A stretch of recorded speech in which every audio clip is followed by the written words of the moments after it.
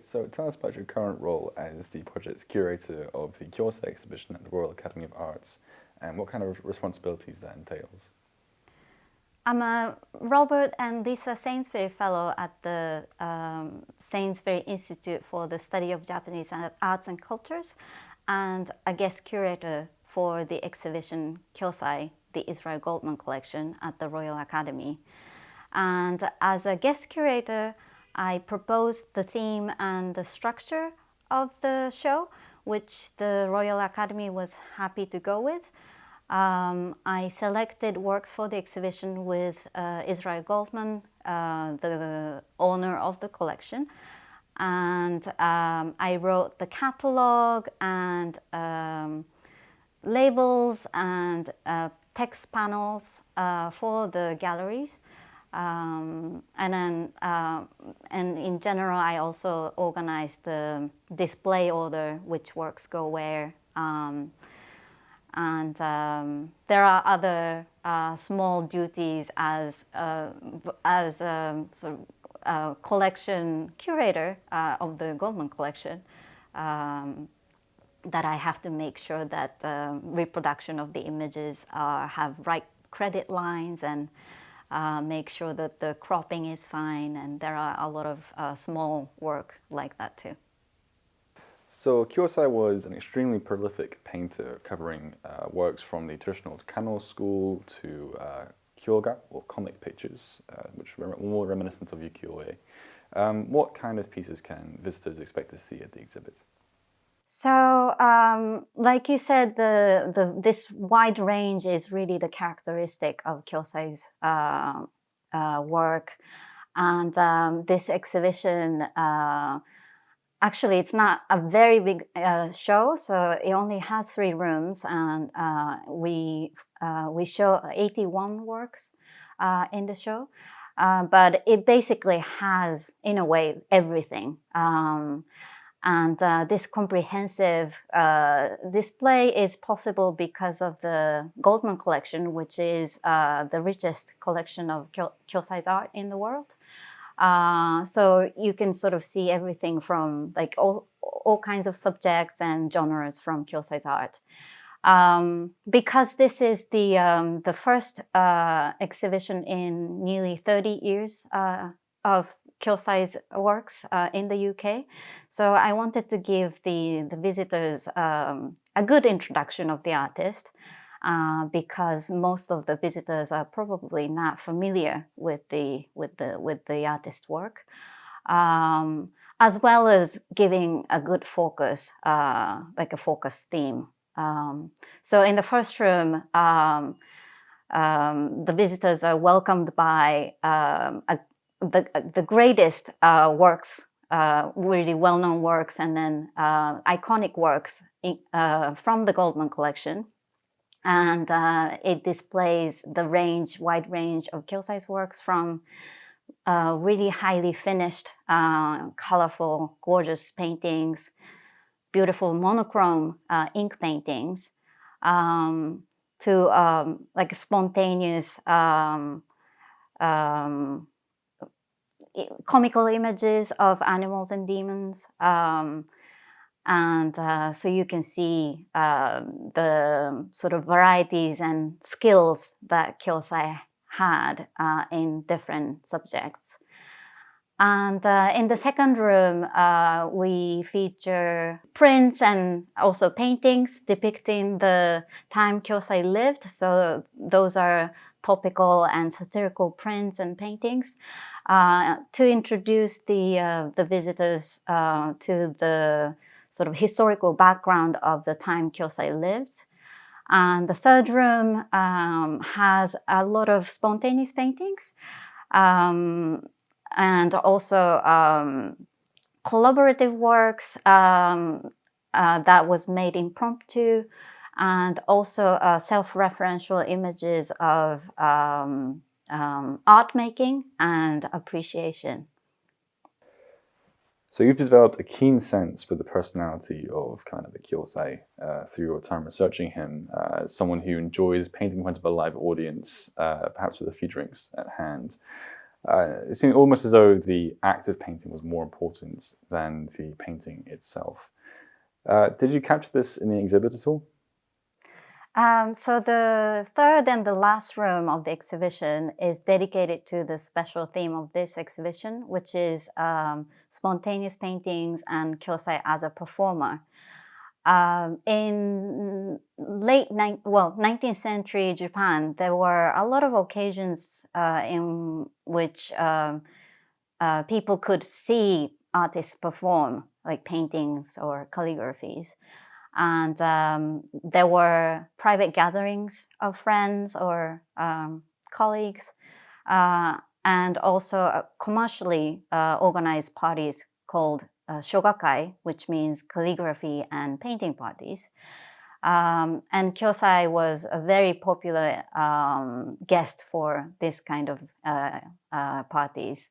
And he was also very well known for his speedy and skillful performance, and also drinking in quantity when painting these, when doing the paintings in front of an audience. And so in this room, you can see a lot of those spontaneous paintings, as well as drunken paintings, which I use this. I use this word to talk about paintings made when the artist was under the influence of sake. And also gassaku, which is collaborative or joint works with other artists. And I hope visitors can experience the atmosphere, like a very lively atmosphere in which artists sort of collaborated and or really did witty, humorous performances. And whenever I stand in front of a painting and look at the brush strokes, because the lines are so lively and then it's full of life and very fresh, it really does make me feel like I'm witnessing the moment of creation. Can I ask that when comparing the sober paintings, if you're with the drunken paintings, is it clear in the brushstrokes that the artist is drunk, or do you just have to know? Some of them are pretty clear. Because he's so drunk that the lines are really wild, and then signatures, especially signatures, are very sort of, I don't know, like it doesn't have the normal shape. It just goes very, very wild. So yeah, you can tell. So tell us why Kyōsai and his works are important to you. So Kyōsai is a fascinating artist as a research subject. But I think above all, I'm a very big fan of his art.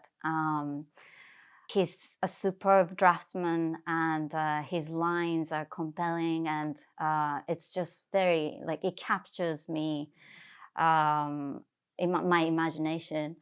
And I love his paintings of animals and demons, which are humorous and lively, and also his images have stories, and in these stories he empathizes with underdog, which I also very much a fan of, and it's just that, like, from his paintings you can really get to know the lives of people of the time, and sort of get closer to their everyday emotions and ideas, which I think is very fascinating. As a research subject, I find him very interesting because he betrays your expectation. Well, maybe not just only as a research subject, but as an artist.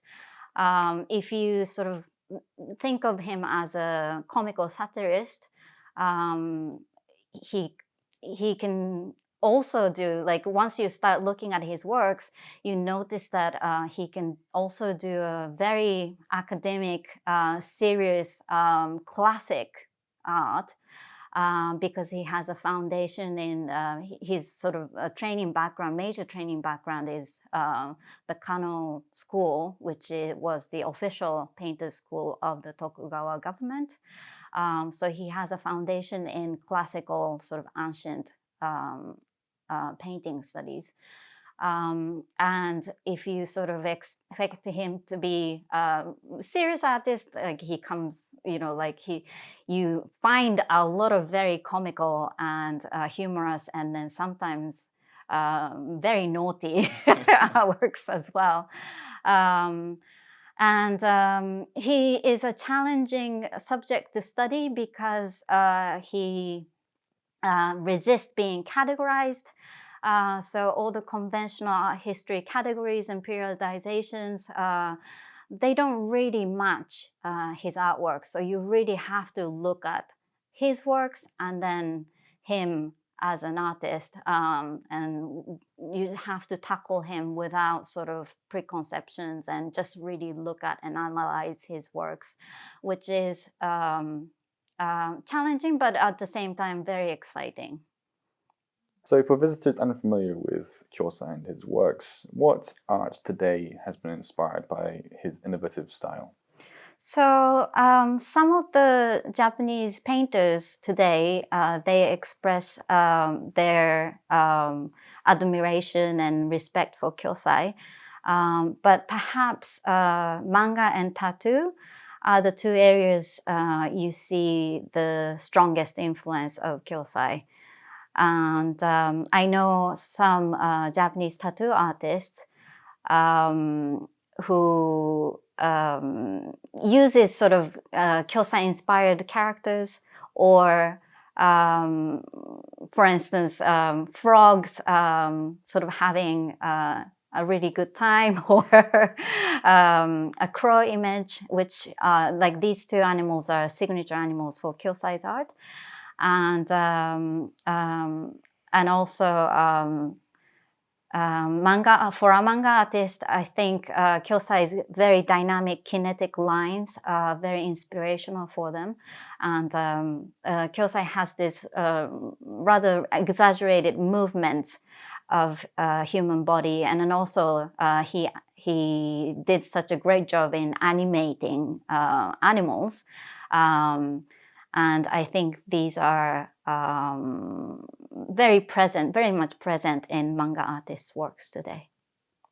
So how has being a Sainsbury Institute Fellow affected your curatorial or scholarly activities? Being a Sainsbury Institute Fellow, for me, that very much means being a part of the community of academics and students at University of East Anglia, and also local Norwich people who are interested in Japan. And also we can even go beyond that, and there are a lot of international scholars who came and then became a part of the community as speakers or as fellows, just like myself. And this, I think, had a great impact on my scholarly activities and curatorial activities as well.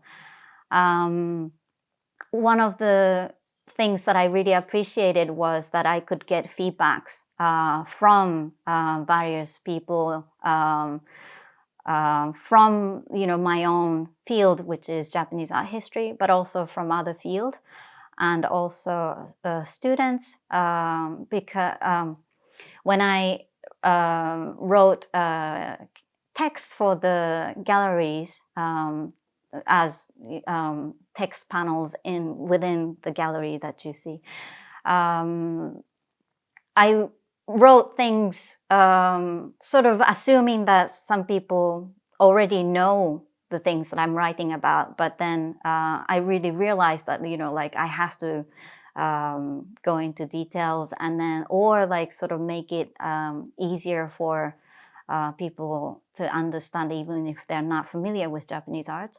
So I really appreciated these feedbacks, and then I think it improved my text a lot and my work in general for the exhibition. It must have been challenging deciding what to include in the exhibit, given how prolific Kyōsai was. What are the personal favorites of yours that you particularly want people to see? So there are obvious masterpieces that you cannot miss. For example, the Night Procession of 100 Demons, Hell Courtesan, and Ghost, for instance. But I guess for the theme of this exhibition, the painting of calligraphy and painting party, shogakai, that's probably the star of this exhibition. It's a really interesting work to look at too, because there are so many things going on. It's the most complex gasaku, so joint works that I have ever seen, because it's done by not just by Kyōsai, but with 54 other artists. Wow. So Kyōsai did the principal design, and other artists filled the miniature paintings and calligraphies in the work. And it's a little bit like Where's Wally? In the sense that there are so many people and lots of things are going on. And you have to find Kyōsai, who is obviously the most popular. So he's surrounded by a lot of audience. And he's painting, but he's also like putting his hand like this as if to stop this incessant request coming in. And he's painting next to an older painter who's wearing glasses. So those are the hints for you to find him. And you can also see people coming in and greeting each other, people looking at artworks, also people getting drunk, eating food, and then sort of chatting with a geisha. There is actually one guy who is like too drunk to sort of walk on his own, so he had to be supported by a friend.